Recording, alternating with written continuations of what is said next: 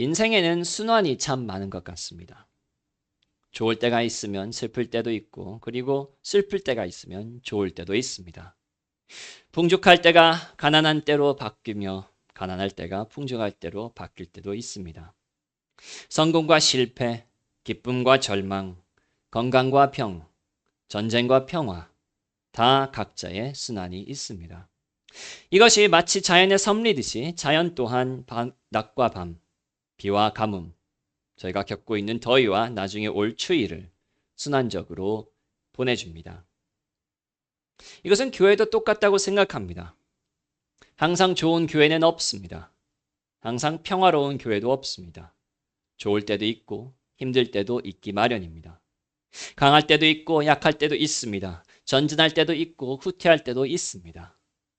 물론 저희는 좋은 기간을 조금 연장시키며 그리고 나쁜 시간을 단축시키려고는 하지만 항상 성공하고 이기는 교회가 있을 수 없습니다. 풍년도 있고 흉년도 있기 마련입니다. 저는 저희 교회가 풍년을 몇 년 동안 겪고 있다고 생각합니다. 상당히 많은 복을 받고 있습니다. 열매가 보입니다. 가족들이 회복됩니다. 경제가 회복됩니다. 믿음이 굳어지고 진정한 회개가 보이기 시작합니다. 물론 모든 문제나 시험이 없었다는 소리는 아닙니다. 하지만 과거에 비하면 풍년이라고 생각됩니다. 그래서 저희는 아무리 힘들어도 이 교회 계속 오는 거 아닙니까? 하늘의 생명이 이 교회를 통해서 저희에게 들어오기 때문입니다. 아쉽게도 이런 풍년 후에는 항상 흉년이 있습니다. 애굽에서만 풍년과 흉년의 순환이 있는 것이 아니라 저희 개인에게도 그리고 저희 교회에게도 이런 순환이 있습니다. 바로 이런 순환이 있기 때문에 올라가면 내려올 때가 있기 때문에 저희가 아무리 풍년 중이라도 흉년을 준비하는 것이 지혜롭고 마땅한 일이라고 생각됩니다. 강국은 휴전 시에도 군력에 투자하는 것처럼 말입니다. 오늘 이 말씀을 통해서 저희는 흉년을 대비하는 지혜를 얻고 이 지혜대로 살아서 흉년을 잘 견디는 주님을 향한 교회가 되기를 바랍니다. 저희는 오늘 본문의 이야기를 통하여서 무엇을 배울 수 있습니까? 특히 7년의 풍년 후에 7년의 흉년을 겪을 바로를 통해서 어떤 지혜를 얻을 수가 있습니까? 저희가 주목해야 된다는 부분은 이것입니다. 바로는 흉년의 경고를 심각하게 받아들였다는 것입니다. 흉년의 경고를 심각하게 받아들였습니다. 바로는 하나님의 경고를 가볍게 받아들였을 수도 있습니다. 그는 자신이 꾼 꿈이 개꿈이라고 생각할 수도 있습니다. 스스로에게 내가 어제 좀 배고팠나 보다 라고 말하며 꿈을 무시했을 수도 있습니다. 하지만 그는 이 경고를 심각하게 받아들였고 8절에 기록한 것처럼 마음이 번민하였습니다. 애굽의 점술가와 현인들이 꿈을 해석할 수 없을 때 그는 현인들도 해석하지 못하는 것을 내가 어떻게 알겠어? 하고 경고를 덮었을 수도 있습니다. 하지만 그의 마음은 번민하였습니다. 떡 굽는 관원장이 감옥에 있는 친위 대장의 종, 애굽 사람들이 하대하던 히브리인, 그것도 현인들과 다르게 나이가 젊은 청년을 소개했을 때 바로는 이런 종이 감옥에 있던 종이 뭘 알겠어? 하며 기분이 상했을 수도 있습니다. 하지만 그의 마음은 번민하였습니다. 자신의 나라에 전에는 없던 7년의 흉년, 30절에 기록된 것처럼 애굽이 그 기근으로 망할 것이라는 말을 들은 바로는 그 말에 콧방귀를 뀌었을 수도 있습니다. 역사상 그런 기근이 온 적도 없지만 내가 일으켜 세운 이 나라가, 이 막강한 나라가 기근 때문에 망할 것이라고 하며 화를 낼 수도 있었습니다. 하지만 바로의 마음은 번민하였습니다. 그는 계시를 무시하지 않았습니다. 그는 이 경고를 심각하게 받아들였습니다. 성도 여러분, 저희는 이 흉년의 경고를 심각하게 받아들이고 있습니까? 바로처럼 이 경고에 마음이 번민합니까? 두렵고 떨립니까? 경각심이 듭니까? 아니면 그런 일이 없을 것이라고, 괜찮겠지라고 생각하고 있습니까? 풍년은 계속될 것이며 흉년은 오지 않을 것이라고 스스로에게 말하고 있습니까? 물론 흉년의 위기를 느끼는 것은 좀 힘들 수도 있습니다. 바로 저희는 현재 풍년 가운데 있기 때문입니다. 하나님께서 저희에게 참 많은 은혜를 주셨기 때문입니다. 하나님께서는 저희를 죄와 과거와 그리고 이단과 주술과 그런 모든 것에서 건져내셨을 뿐만 아니라 저희에게 최상의 교회를 선물하여 주셨습니다. 물론 저희 교회가 부족한 부분도 있지만 세계의 수많은 교회를 본 저로서는 객관적으로 이 교회를 사랑하는 이유가 참 많습니다. 하나님의 말씀을 담대하게 가르치며 마음을 찌르는 권면이 있으며 세상이 아니라 거룩함을 쫓으며 매일 공동 기도가 있으며 찬양을 한 마음으로 하며 회개하지 않는 자들을 벌하며 헌금을 투명하게 쓸 뿐 아니라 저희 교회보다 하나님의 나라의 확장을 위하였으며 목회자들 사이에는 다툼이 없으며 성도들이 연합하고 서로 섬기며 큰 소리 내는 사람이 없고 성도들의 노력과 열심이 특출합니다. 물론 항상 그랬던 것은 아닙니다. 과거를 기억하시면 많은 영적 싸움과 방해가 있었습니다. 하지만 해가 가면 갈수록 하나님의 은혜를 더욱 받는 것은 사실이며 저는 세계 어디를 가든지 이 교회를 참 자랑스럽게 여기고 있습니다. 미국에서 공부하던 곳에 복음적인 교회들이 그렇게 많은데도 불구하고 1년에 2번씩 여기로 돌아오는 것은 담임 목사님을 섬기기 위해서만 아니라 이 교회를 사랑하며 이 교회를 통해서 하나님께서 저희의 영혼을 제일로 충족시키기 때문입니다. 저희는 이런 풍년 가운데 있기 때문에 흉년이 올 것이라는 실감을 잘 하지 못할 수도 있습니다. 하지만 흉년은 반드시 오기 마련입니다. 제가 왜 이렇게 장담할 수 있습니까? 왜 이렇게 미래에 대하여 확신 있게 말합니까? 예언자도 아니면서 어찌 미래에 대하여 예언 같은 말을 합니까? 물론 저는 성령님의 감동으로 이 말씀을 전하지만 그 감동은 객관적인 사실들과 같이 동행합니다. 왜 저희는 흉년에 기대해야 됩니까? 왜 흉년은 이 교회에 닥칠 현실이라는 것을 깨달아야 됩니까? 저희가 흉년을 기대해야 되는 첫 번째 이유는 바로 역사의 증언입니다. 역사의 증언입니다. 저는 지금 앞에서 삶의 순환이 있듯이 그리고 자연의 순환이 있듯이 영적 순환도 있다고 하였습니다. 그 증거가 무엇입니까? 바로 기독교 역사입니다. 수천 년 동안 이 순환이 일어났다는 것을 역사 자체가 증언합니다. 초대교회는 축복을 많이 받았습니다. 그래서 사도행전 9장은 이렇게 기록합니다. 그리하여 온 유대와 갈릴리와 사마리아 교회가 평안하여 든든히 서가고 주를 경외함과 성령의 위로로 진행하여 수가 더 많아지니라. 풍년이었습니다. 하지만 사도들의 사역이 끝나기도 전에 흉년이 찾아왔습니다. 고린도에서는 분열과 성적 죄와 은사의 남용이, 갈라디아에서는 율법주의가, 요한 1서를 보면 그리스도의 인간 되심을 부인하는 이단들이 교회 안에서 활동하였습니다. 또한 요한계시록을 보면 그리스도께서 초대교회들을 꾸짖으시는데 그 이유가 한두 가지가 아닙니다. 풍년 후에 흉년이 벌써 왔던 것입니다. 하지만 이 순환은 거기서 멈추지 않습니다. 이 풍년과 흉년의 순환은 2000년 동안 계속됩니다. 초대교회 이후에 핍박을 통하여 교회는 더욱더 순결해졌지만 4세기에 기독교가 로마 제국의 국교가 된 후에 많은 타락이 있었습니다. 그 후에는 또 곳곳에 부흥이 일어났고 거룩함을 추구하는 운동들이 일어났지만 시간이 지나면서 이 운동들 또한 타락하였습니다. 16세기에는 종교개혁이 일어나면서 큰 풍년이 일어났습니다. 루터와 칼빈을 비롯한 수많은 지도자들이 교회를 회개로 돌이켰습니다. 하지만 시간이 지나자 인본주의가 들어왔고 사람들은 믿음에서 떨어지기 시작했습니다.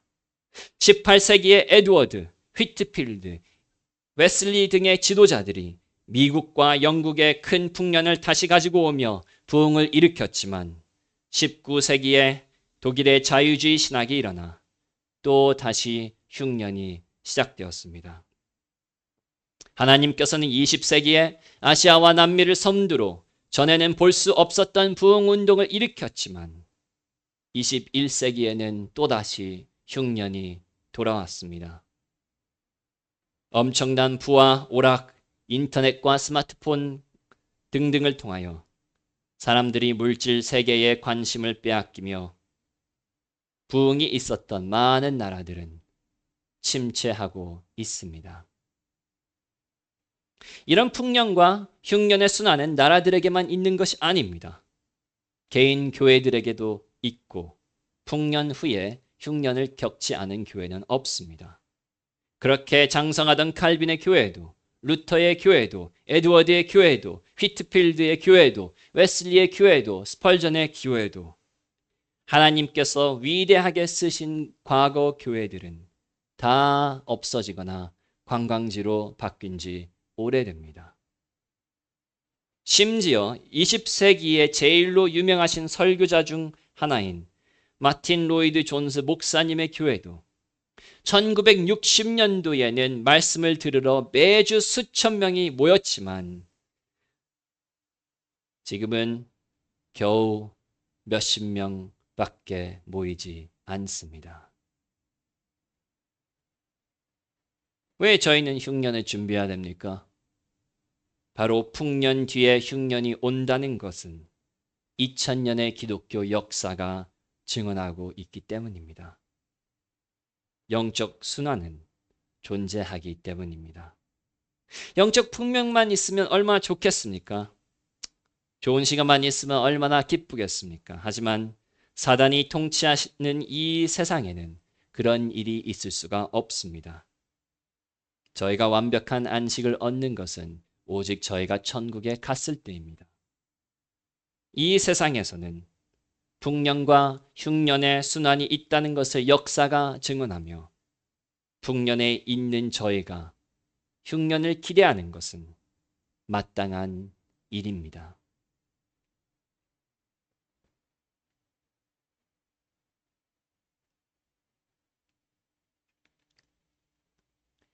흉년이 올 것이라는 두 번째 증거는 바로 한국 교회의 전체적인 상황입니다.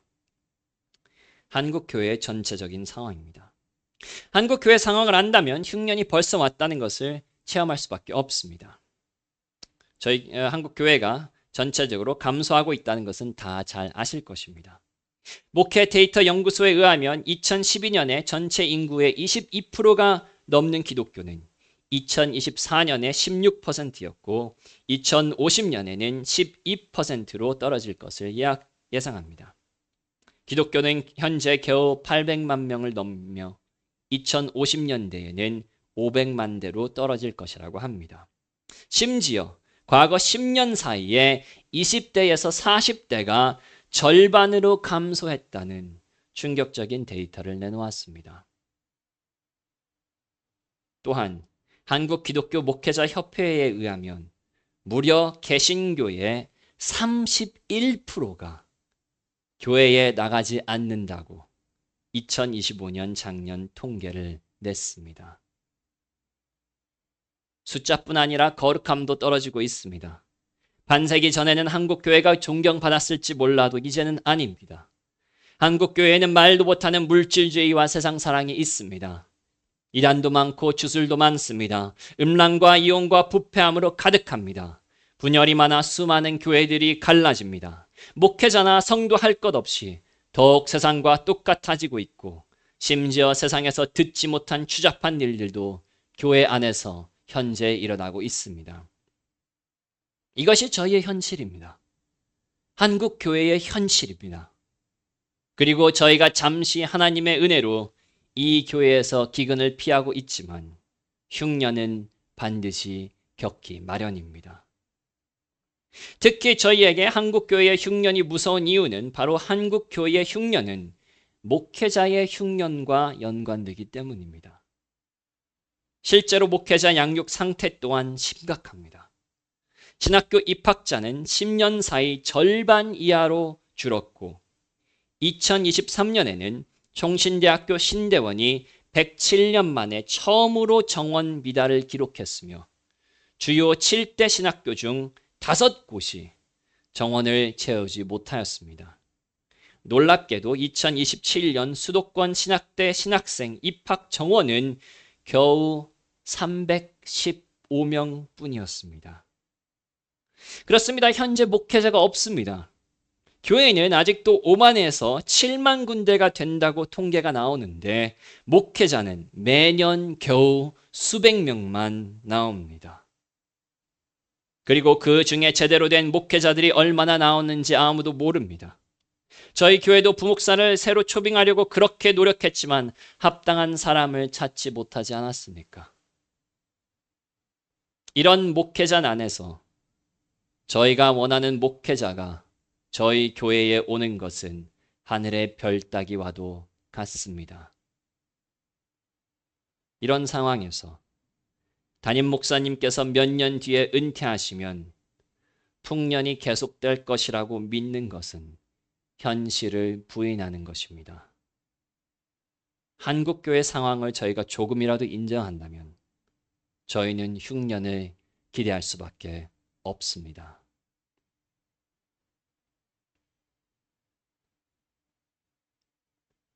저희가 흉년을 기대해야 되는 세 번째 이유는 바로 말세에 대한 예언입니다. 현재 말세에 대한 예언들이 이루어지고 있다는 것을 저희가 강조하고 있습니다. 말세에는 전쟁과 기근이 일어날 것이라고 예언되었는데 20세기는 전쟁과 기근이 제일로 많은 세기였습니다. 곳곳에 전염병이 있겠다고 예언되었는데 코로나를 비롯해서 수많은 병들로 사람들은 전보다 더 죽고 있습니다. 지진이 많아진다고 하였는데 지진 피해가 해마다 더 많아지고 있습니다. 다니엘서에는 많은 사람들이 빨리 왕래하며 지식이 더하리라고 예언되었는데 비행기와 인터넷과 AI 등을 통해서 현실화된 지 오래입니다. 이스라엘이 다시 나라가 말세에 될 것이라고 예언되었는데 1948년에 거의 1900년 만에 다시 나라가 세워졌고 1700년 동안 죽었던 히브리어를 구약을 본따 부활시켰습니다.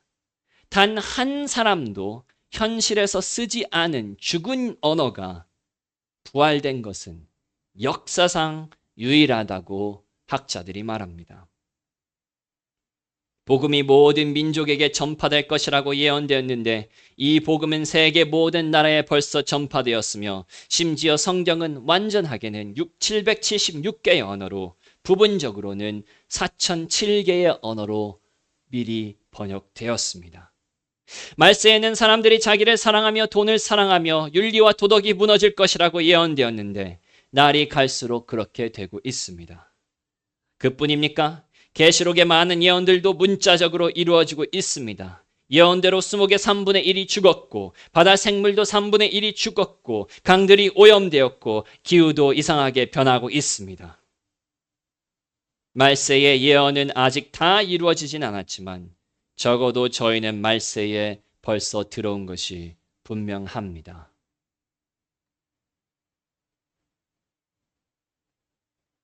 이것이 저희와 무슨 연관이 있습니까? 영적 흉년과 무슨 관계가 있습니까? 저는 왜 이 부분을 계속 강조하고 있습니까? 그것은 바로 말세에 대한 예언은 지구만에 대하여 말하지 않고 그리스도인들에게도 일어날 일을 포함하기 때문입니다. 말세에 저희에게 대환란이 일어날 것을 예언하기 때문입니다. 마태복음 9장을 한번 같이 보시겠습니다.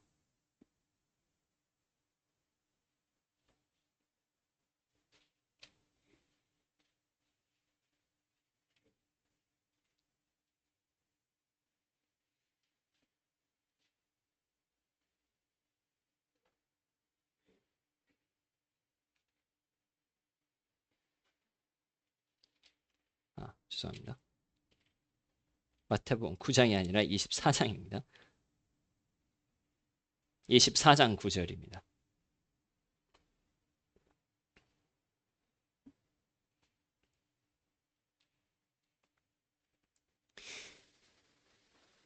사절부터 한번 보시겠습니다. 예수께서 대답하여 이르시되 너희가 사람의 미혹을 받지 않도록 주의하라. 많은 사람이 내 이름으로 와서 이르되 나는 그리스도라 하여 많은 사람을 미혹하리라. 난리 소문을 듣겠으나 너희는 삼가 두려워하지 말라. 이런 일이 있어야 하되 아직 끝은 아니니라. 하지만 말세에 대해서 시작했다는 거죠. 민족이 민족을 나라가 대적하여 일어나겠고 곳곳에 기근과 지진이 있으리니 이 모든 것은 재난의 시작이니라.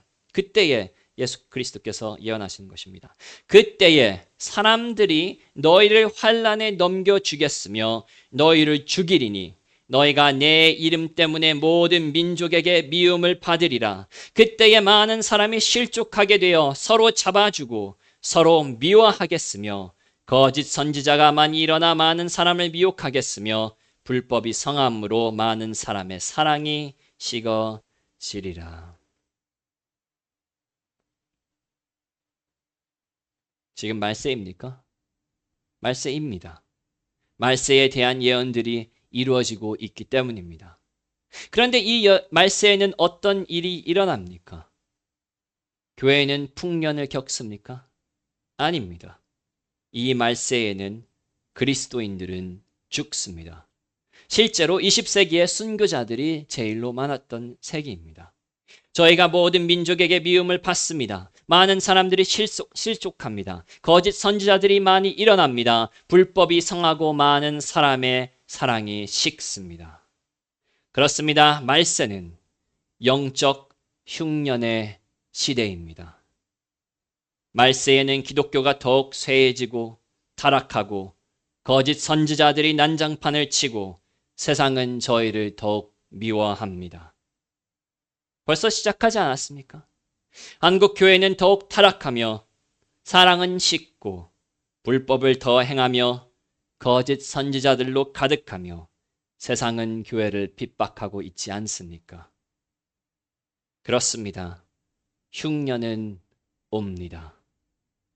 많은 예언들은 저희가 벌써 말세에 들어왔다는 것을 증언하고 그 예언들은 말세에 영적 흉년이 있을 것이라는 사실을 말하기 때문입니다.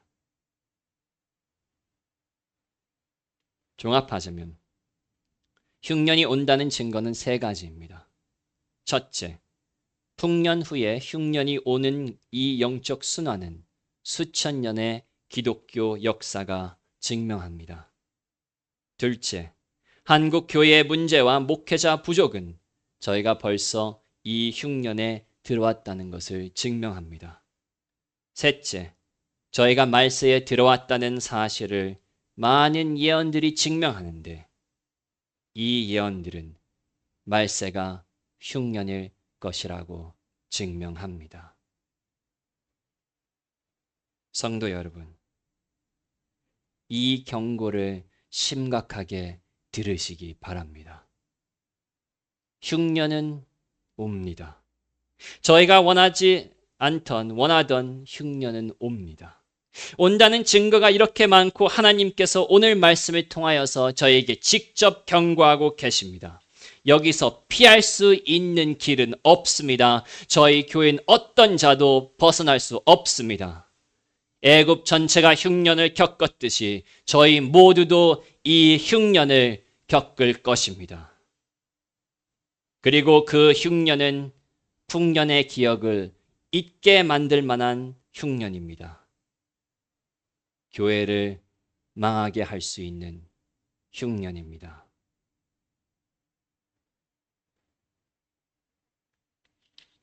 저희가 이 흉년이 온다는 사실을 받아들인다면 그렇다면 저희는 무엇을 해야 됩니까?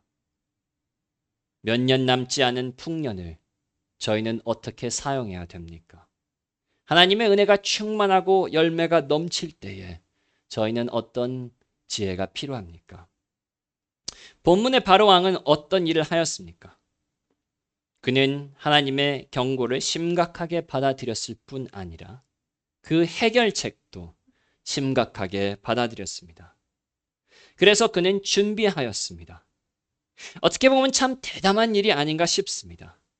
한 번도 보지 못한 사람에게, 그것도 젊은 청년을, 정치라고는 해본 적 없는 초보자에게, 애굽 사람들에게 하대받던 히브리인에게, 어디에서 왔는지도 모르는 이방인에게, 중한 죄를 지어서 감옥에 갇혀있던 죄수에게 애굽의 총리 자리를 주었습니다. 그렇습니다. 바로 왕은 이 경고를 심각하게 받았지만 낙담하지는 않았습니다. 포기하지 않았습니다. 이 경고에는 살 길이 있다는 것을 받아들였습니다. 아니, 이 경고는 은혜의 경고라는 사실을 직감했습니다. 그래서 그는 이 계시 앞에 자신을 낮추며 어떤 일을 하더라도 이 흉년을 돌파하겠다고 마음을 먹었습니다. 그래서 바로는 요셉을 자기 다음의 통치자로 세우며 하나님께서 그를 통해 주신 지혜에 순종하였습니다. 어떻게 보면 해결은 참 간단합니다. 흉년이 오니 풍년의 곡물을 쌓아두는 것이었습니다. 물론 이 곡물을 거두며 보관할 창고들을 짓고 흉년에 나누어 주는 일은 다 지혜를 요구합니다. 그래서 요셉을 바로는 임명하였습니다. 하지만 문제의 해결은 쉬웠습니다. 풍년에 게을르지 않고 흉년을 위하여 준비하는 것이었습니다. 특별히 다른 것은 없었습니다. 기발한 것도 없었습니다.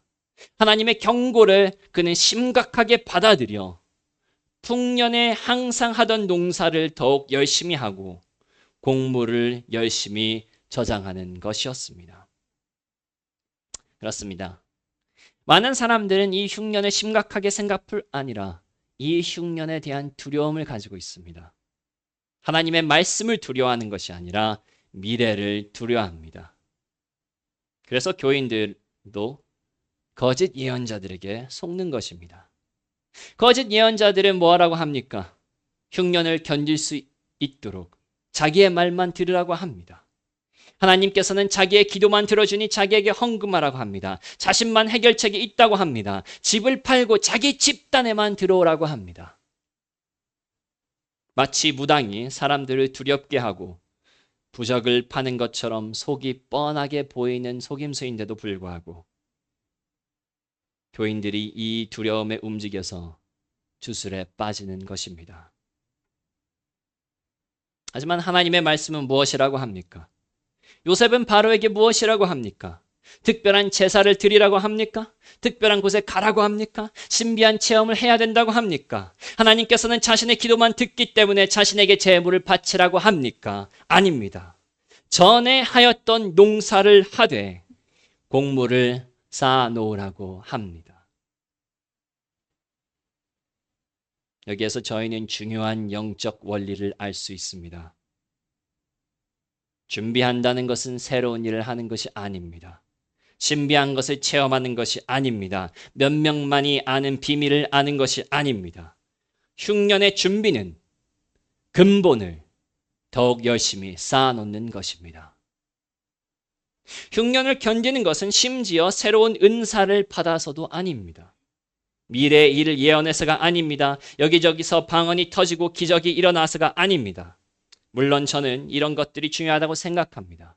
그리고 저희 교회에서 이런 것들을 더 보았으면 합니다. 하지만 이것이 흉년을 이기게 하는 것은 아닙니다. 이런 은사들이 승리를 준다면 왜 은사가 넘치는 고린도 교회는 지고 있었습니까? 왜 신비주의 교회들은, 왜 신사도라고 스스로 부르는 사람들은 음란과 돈의 유혹에 넘어집니까? 왜 이런 것들을 한 가룟 유다는 주님을 배신했습니까? 은사로는, 그것이 아무리 성령의 은사라고 하여도 그것만으로는 흉년을 이길 수가 없기 때문입니다. 그렇다면 저희는 무엇이 필요합니까? 에베소서 6장을 한번 보시겠습니다. 에베소서 6장입니다.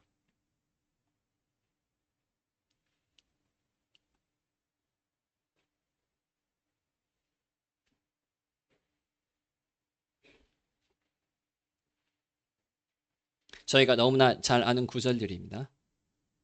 영적 갑옷에 대해서 이야기하고 있습니다. 끝으로 너희가 주 안에서 6장 10절입니다.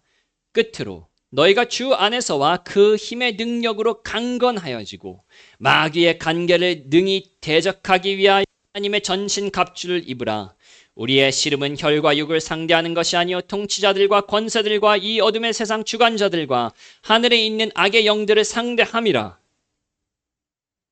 그러므로 이 싸움에서 이기기 위하여, 이 영적 싸움에서 이기기 위하여 하나님의 전신 갑주를 취하라. 이는 악한 날에 너희가 능히 대적하고 모든 일을 행한 후에 서기 위함이라. 그런즉 서서 진리로 너희 허리띠를 띠고 의의 호심경을 붙이고 평안의 복음이 준비한 것으로 신을 신고 모든 것 위에 믿음의 방패를 가지고 이로써 능히 악한 자의 모든 불화살을 소멸하고 구원의 투구와 성령의 검 곧 하나님의 말씀을 가지라. 모든 기도와 간구를 하되 항상 성령 안에서 기도하고 이를 위하여 깨어 구하기를 항상 힘쓰며 여러 성도를 위하여 구하라. 지금 이 말씀에 의하면 마지막 날에 악한 영들을 이기는 것은 무엇입니까? 마귀의 간계를 능히 대적하는 것은 무엇입니까? 악한 자의 모든 불화살을 흉년에서도 능히 소멸하는 것은 무엇입니까? 신비한 환상입니까? 꿈입니까? 은사입니까? 아닙니다. 진리, 의, 평안의 복음, 믿음, 구원, 성령, 하나님의 말씀, 기도, 모든 그리스도인들이 마땅히 가지고 있어야 되는, 모든 그리스도인들이 알고 모든 그리스도인들이 할 수 있는 것들입니다. 저희가 사단의 공격을 견디는 것은 이런 기본적인 것들을 통해서입니다. 그리고 흉년의 사단이 더 강력한 공격을 견디는 것은 바로 이 기본기를 더욱더 탄탄하게 만드는 것입니다. 은사 중요합니다. 하나님께서 교회에게 선물로 나눠주시는 것들입니다. 그리고 저희는 예언과 방언을 무시하면 안 됩니다. 하지만 말세에 된 거짓 선지자들도 많은 기적과 이사를 행한다는 성경 예언을 잊어버리면 안 됩니다. 말세의 흉년을 이길 수 있는 것은 저희가 교회에서 행하고 교회에서 가르치고 교회에서 일하는 그런 것들 밖에 있는 특별한 체험, 신비적인 일들이 아니라 바로 풍년 때에 기본에 더욱 충실하는 것입니다. 충실함을 넘어서 흉년에도 견딜 수 있게 많은 열매를 저희가 쌓아 나가는 것입니다. 물론 이것은 어렵습니다. 열심히 일하는 것보다 로또를 이기거나 주식으로 한탕하고 싶어 하는 마음이 저에게 다 있습니다. 어떤 일이 됐든지 그것에 열심히 투자하고 땀과 피를 흘리며 그것을 쌓아 나아가는 것보다는 갑자기 능력이 와가지고 그것을 하고 싶어 하는 그런 마음이 많습니다. 지금까지도 여러분이 열심히 하였는데 어떻게 지금보다 더 열심히 하냐고 불평하는 마음도 있을 것입니다. 하지만 그렇게 하지 않으면 어떻게 될지 한번 기억하시기 바랍니다. 이 흉년은 풍년의 기억조차 없앨 흉년입니다. 준비하지 않으면 모든 것을 망하게 할 흉년입니다. 저희의 선택은 조금 더 잘 되냐, 조금 못 되냐 이런 것이 아닙니다. 천국이냐, 지옥이냐, 영원한 영광이냐, 고통이냐, 생명이냐, 죽음이냐, 바로 이 선택입니다. 그리고 이 생명은 흉년을 견디는 자들에게만 주어집니다. 그리스도께서는 풍년을 즐기는 자들이 생명을 얻는다고 하지 않으셨습니다.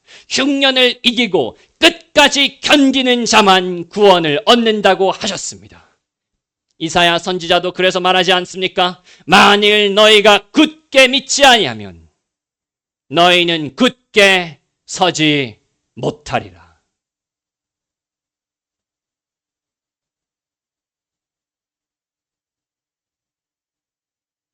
그러므로 성도 여러분, 다가올 흉년에 굳게 서기 위하여 오늘 이 경고를 심각하게 받으시기 바랍니다. 그리고 다른 데로 눈을 돌리는 것이 아니라 저희가 더욱더 기본에 충실하기 바랍니다. 지금까지 열심히 내셨다는 거 압니다. 얼마나 많은 핍박과 고난을 받았는지도 압니다. 하지만 저희는 미래를 생각하여 더 열심히 내야 됩니다. 흉년을 준비하시기 바랍니다. 더욱 말씀을 믿으시기 바랍니다. 더욱 기도에 힘쓰시기 바랍니다. 더욱 성령 충만하시기 바랍니다. 더욱 그리스도의 피만을 의지하시기 바랍니다. 오늘 이 성찬식에 나올 때 습관적으로 하는 것이 아니라 진지하게 하시기 바랍니다. 이 떡과 포도주가 무엇을 상징하는지 더욱더 묵상하시기 바랍니다. 이것을 통하여서 더욱더 생명을 받으시기 바랍니다. 그리스도의 몸과 피를 저희에게 주신 것이 무엇인지 더욱더 생각하며 이 진실을 믿으시기 바랍니다. 이 기본 중의 기본, 그리스도의 죽으심을 다시 힘껏 받아들이시기 바랍니다. 그렇습니다, 성도 여러분. 오늘 이 경고를 저희가 진지하게 생각하며 식었던 저희 마음을 성령의 불로 뜨겁게 합시다. 잃어버렸던 저희 첫사랑을 다시 찾읍시다. 나태해졌던 저희 삶을 부지런하게 합시다. 세상에 가있던 눈을 다시 주님께 돌립시다. 다시 한번 밤낮으로 부르짖고 풍년인 지금 더욱 힘써 공물을 쌓아 올립시다. 이리하면 저희는 다가올 흉년을 넉넉히 견딜 뿐 아니라 요셉처럼 기근에 헐떡이는 사람들을 도와줄 수 있는 강건한 교회가 될 것입니다. 저희 모두 다 하나님의 경고를 오늘 진지하게 받아들이고 흉년에도 승리하는 주님을 향한 교회가 되기를 바랍니다. 기도하시겠습니다.